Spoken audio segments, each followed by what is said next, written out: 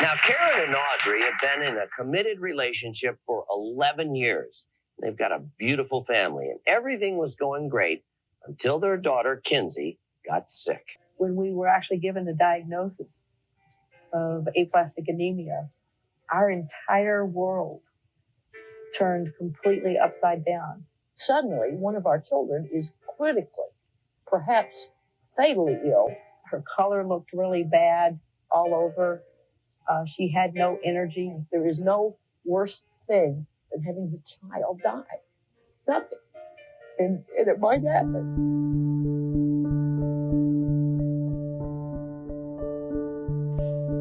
I can't describe what it was like to have this energetic, bright, beautiful little girl who all of a sudden overnight lost so much of that energy and became this sick kid who was fighting for her life.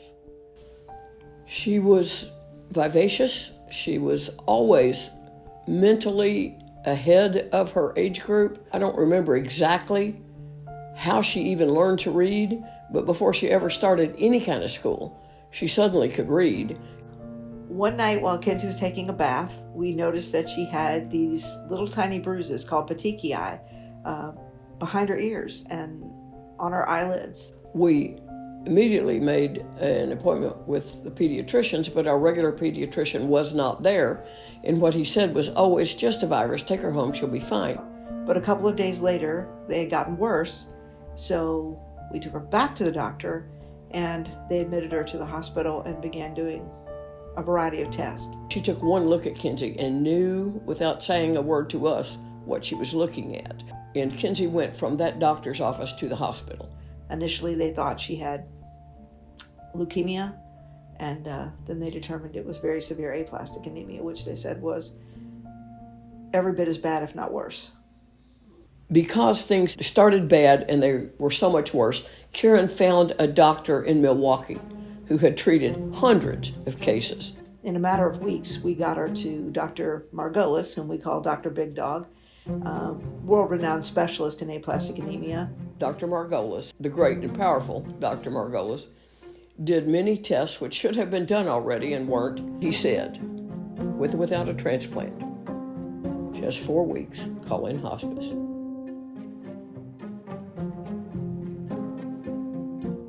I have one memory before I was diagnosed with aplastic anemia. My family was moving from Arizona to New Mexico, and when we walked into our new house, there was a big staircase leading up from our living room up to my room. And I remember walking in the door of our new house and thinking, wow, this staircase is so cool. I think I was 4 years old at the time. And that is all that I remember before my parents were told that I probably had 4 weeks to live. So everything in my life, I'm 28 now, that I remember is after aplastic anemia, and it has truly impacted every aspect of my life, except for that very first house. What is aplastic anemia? I don't think a lot of people are familiar with it. Basically a failure of the bone marrow to produce red cells, white cells, and platelets. Like leukemia, right, exactly. Aplastic anemia is a bone marrow failure disorder. It's a lot like a blood cancer, like leukemia, but when you have leukemia, you have bad cells in your bone marrow, which does three things. It helps you have energy, it helps you fight infection, and it helps you stop bleeding when your body starts bleeding. So when you have cancer of the bone marrow, your body has bad cells that try to kill the good ones. When you have aplastic anemia, there are no cells. My doctor describes it as a garden. Now, leukemia, which I don't have, is like there is bad seeds in the garden. But with aplastic anemia, there's is no seeds, really. One of the early appointments, the doctor called us in and said that the best option for her was a bone marrow transplant, ideally from a matched sibling.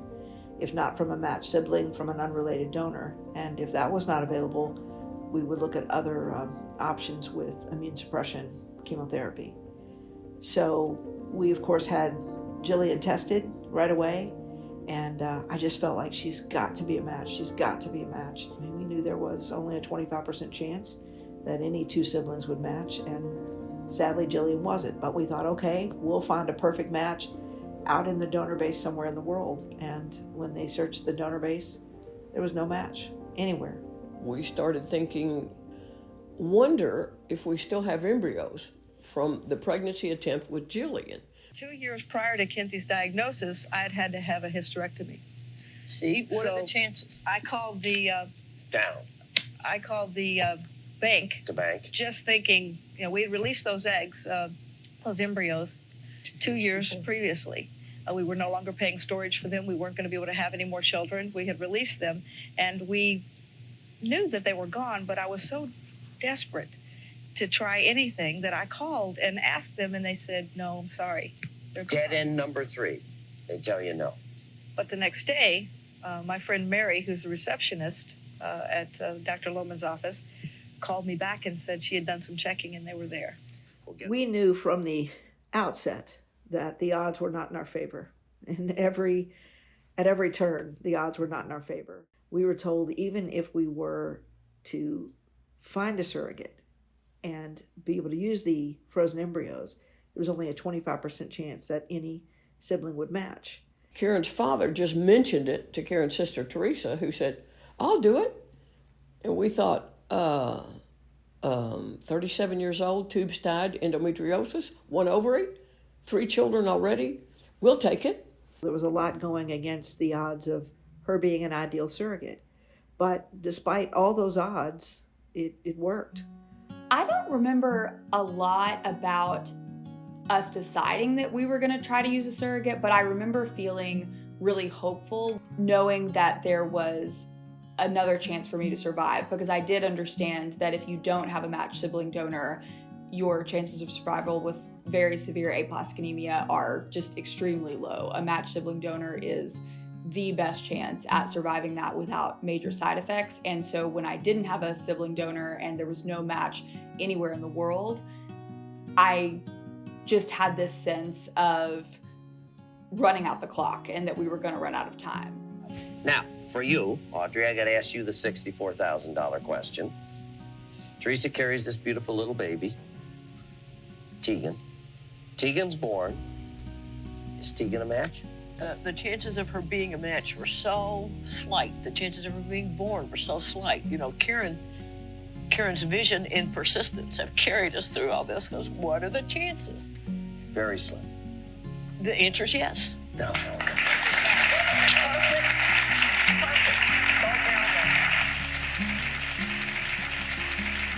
When Tegan was born, there were 3 camera crews there from the local TV news, and some national media outlets picked up the story. Kinsey Morrison was born yesterday and is a perfect match for her sister.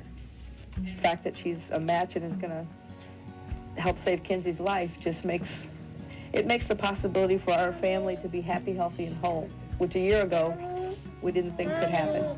And I think she's just a wonderful little miracle of joy. She came a month early, but she was a perfect match, perfectly healthy baby, and we thought maybe this is going to work. But because she was early, we had to delay the transplant. While we were waiting for Tegan to get to 5 kilos, 11 pounds, unknown to the universe and Dr. Margolis, Kinsey was going into remission. He said, I'm 99% sure this kid needs a transplant, but I need to be 100% sure. Let's do another bone marrow biopsy. After that biopsy, he called us all in, including Kinsey, so we felt like the news must be pretty good, and he said, she's showing signs of remission. Let's let her start school. And we were like, what? Start school? We've been in quarantine. She can't be around anybody except her sisters, no other kids. How can we let her start school? But he said she will sink or swim, and if she sinks, we've got Tegan in the wings and we'll go to transplant.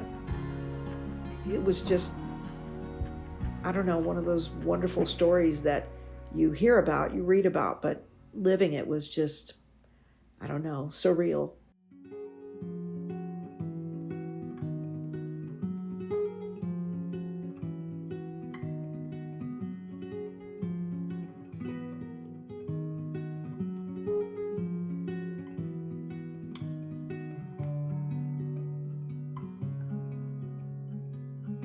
My sisters and I were on vacation recently at Disney World, which is one of our favorite places. And almost every day, people ask if we were triplets. And I think part of that is that we do look a lot alike, but the other part is just that we are so clearly so close that even if people maybe otherwise wouldn't think we were the same age, it just looks like we're three of the same people. When you grow up in the shadow of a life-threatening illness, everything means more. All the family time, all of the moments that you get together, because it all feels like it's extra and you know that it's not guaranteed. And so all of that time we would spend together, I think we just became even closer. You know, this story has so many twists and turns, like many such journeys. It's been a bit of a roller coaster in the dark. When Kinsey, who seemed perfectly healthy last fall, went to the doctor to say, hey, you know, is it okay if I try to get pregnant? And then had another biopsy and more blood tests, and we learned that in fact she had relapsed. My husband and I went to check in with my doctors, just hoping to get a clean bill of health. And so we went from hoping that everything was going to be fine and we could move on with our life as newlyweds to now getting thrown back into treatment all over again and being told that I would need transfusions and I would also need a bone marrow transplant finally within the next 5 years. So that has been really tough for both of us and just frustrating to feel like I had this disease beat for so long and now it's come back just when I was thinking that I could finally move on from it. But I still feel really hopeful because I do still have Tegan as a full sibling bone marrow match. And I am sad and frustrated and even a little bit angry, but I'm also hopeful and excited even a little bit because if I do finally have a bone marrow transplant, that would give my body the chance to really finally be cured. And that's only possible because of Tegan and everything we've been through together to get here.